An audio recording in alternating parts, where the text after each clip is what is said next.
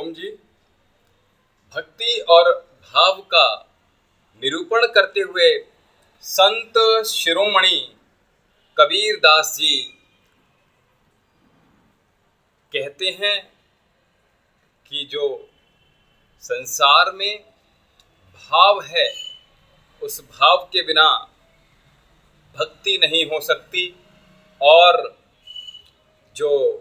निष्काम भक्ति है उसके बिना प्रेम नहीं होता। तो निष्काम जो भक्ति है थोड़ा सा उसको समझ लेते हैं। निष्काम भक्ति अगर कोई व्यक्ति करता है यानी कि निष्काम यानी कि हमें बिना किसी इच्छा के, बिना किसी अपनी ख्वाहिशों को पूरा करने के लिए और बिना किसी तमन्नाओं को, बिना स्वार्थ के जो भक्ति की जाती है वो निष्काम भक्ति होती है। अब हमें फल की इच्छा नहीं है और गीता में भगवान श्री कृष्ण भी निष्काम कर्म की बहुत अच्छी व्याख्या कर अर्जुन को देते हैं। तो वो भी ये कहते हैं कि व्यक्ति मोक्ष को तभी प्राप्त हो सकता है, वो मुक्ति तभी पा सकता है जब व्यक्ति निष्काम कर्म करे, यानी कि कर्म उसको करना बहुत आवश्यक है, कर्म करना जरूरी है, लेकिन बिना किसी स्वार्थ के, बिना ये फल की इच्छा करते हुए कि मैं ऐसा करूँगा तो ऐसा हो जाएगा, वैसा करूँगा तो वैसा हो जाएगा। कभी कभी आपने देखा होगा। और जो हम इस तरह से निष्काम कर्म करते हैं तो निष्काम कर्म क्या होता है, हमारा जो प्रारब्ध होता है उसका निर्माण करने का कार्य करता है और जो प्रारब्ध होता है उसको बहुत बेहतरीन बना देता है, हमारे लिए सुख और मुक्ति के दरवाजे वो खोल देता है। और इसलिए कबीरदास जी भी भक्ति की बात करते हैं तो वो ये कहते हैं कि निष्काम निस्वार्थ भाव से भक्ति की जानी बहुत आवश्यक है।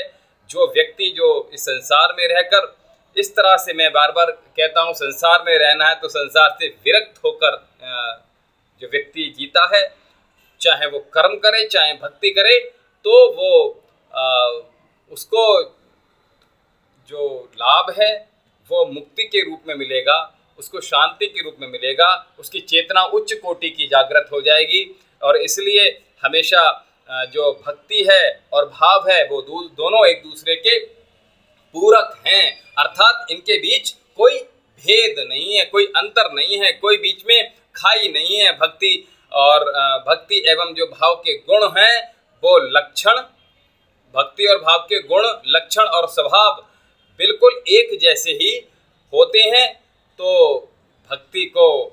कबीरदास जी के संत शिरोमणि जो कबीरदास जी हैं वो बार बार यही कहते हैं